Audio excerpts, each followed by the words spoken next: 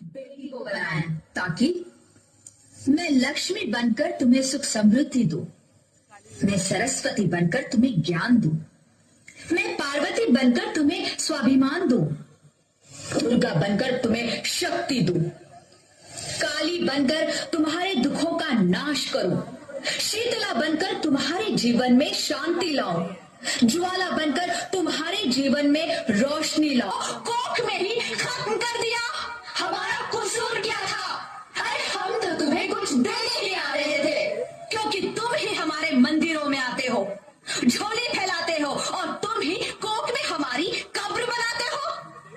तुम जैसे लोगों को हमारे मंदिरों में आने का कोई हक नहीं है, जो मंदिर में आकर चुनरी उड़ाते हैं और कोख में ही हमारी बलि चढ़ाते हैं। हम तुम जैसे लोगों के घर अब कभी नहीं आएंगी, कभी तुम जैसे लोगों पर खुशियां नहीं बरसाएंगी, कभी नहीं। मुझे माफ कर दो, मैं डर गया था। मैं आजकल के हालात देख के डर गया था।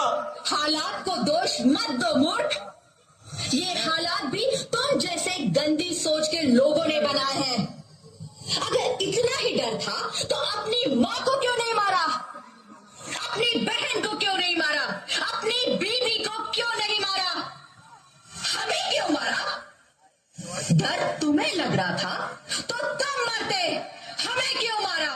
बेटे के मोह में, क्योंकि बेटा वंश चलाता है। अरे मूर्ख, अगर बेटा वंश है तो बेटी अंश है, अगर बेटा आन है तो बेटी गुमान है, अगर बेटा दवा है तो बेटी दुआ है, अगर बेटा गीत है तो बेटी संगीत है, हाँ? और अगर बेटा भाग्य है तो बेटी भाग्य विधाता है।